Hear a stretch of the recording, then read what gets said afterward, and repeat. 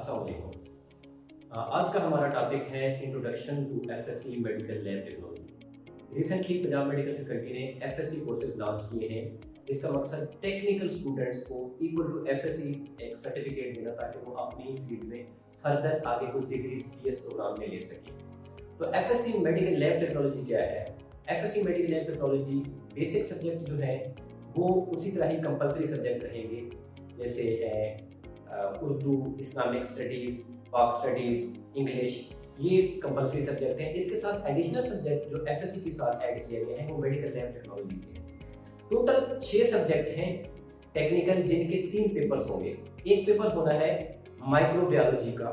Microbiology के अंदर further 2 subject हैं, जिसका एक का नाम है बैक्टीरियोलॉजी, स्टडी ऑफ बैक्टीरिया, दूसरे का नाम है वायरोलॉजी, स्टडी ऑफ वायरसेस। इसके अलावा दूसरा subject FSc medical lab technology में है, उसका नाम है एनाटॉमी एंड माइक्रो टेक्निक्स। आप इस सब्जेक्ट को एनाटॉमी और हिस्टोपैथोलॉजी भी कह सकते हैं। ये 2 सब्जेक्ट हैं, एक सब्जेक्ट है एनाटॉमी और दूसरा है हिस्टोपैथोलॉजी या माइक्रो टेक्निक्स, एक ही सब्जेक्ट का दूसरा नाम है। इसका 100 नंबर का पेपर होगा, ये एक अलग से सब्जेक्ट है। इसके अलावा तीसरा हमारा पेपर है एलिमेंट्री केमिस्ट्री और केमिकल पैथोलॉजी। ये 2 डिफरेंट सब्जेक्ट हैं, लेकिन इनको मिला के एक ही 100 नंबर का पेपर लिया जाएगा।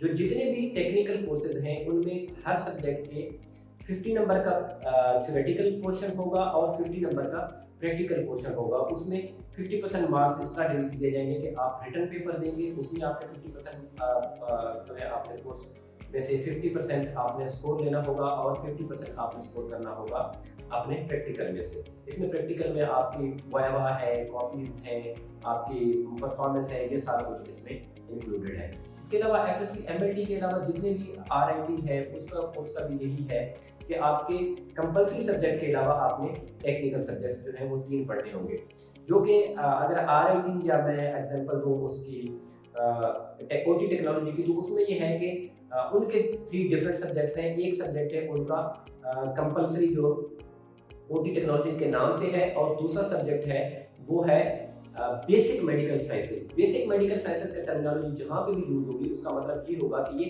एनाटॉमी और फिजियोलॉजी को हमने एक्सप्लेन करना है इसमें।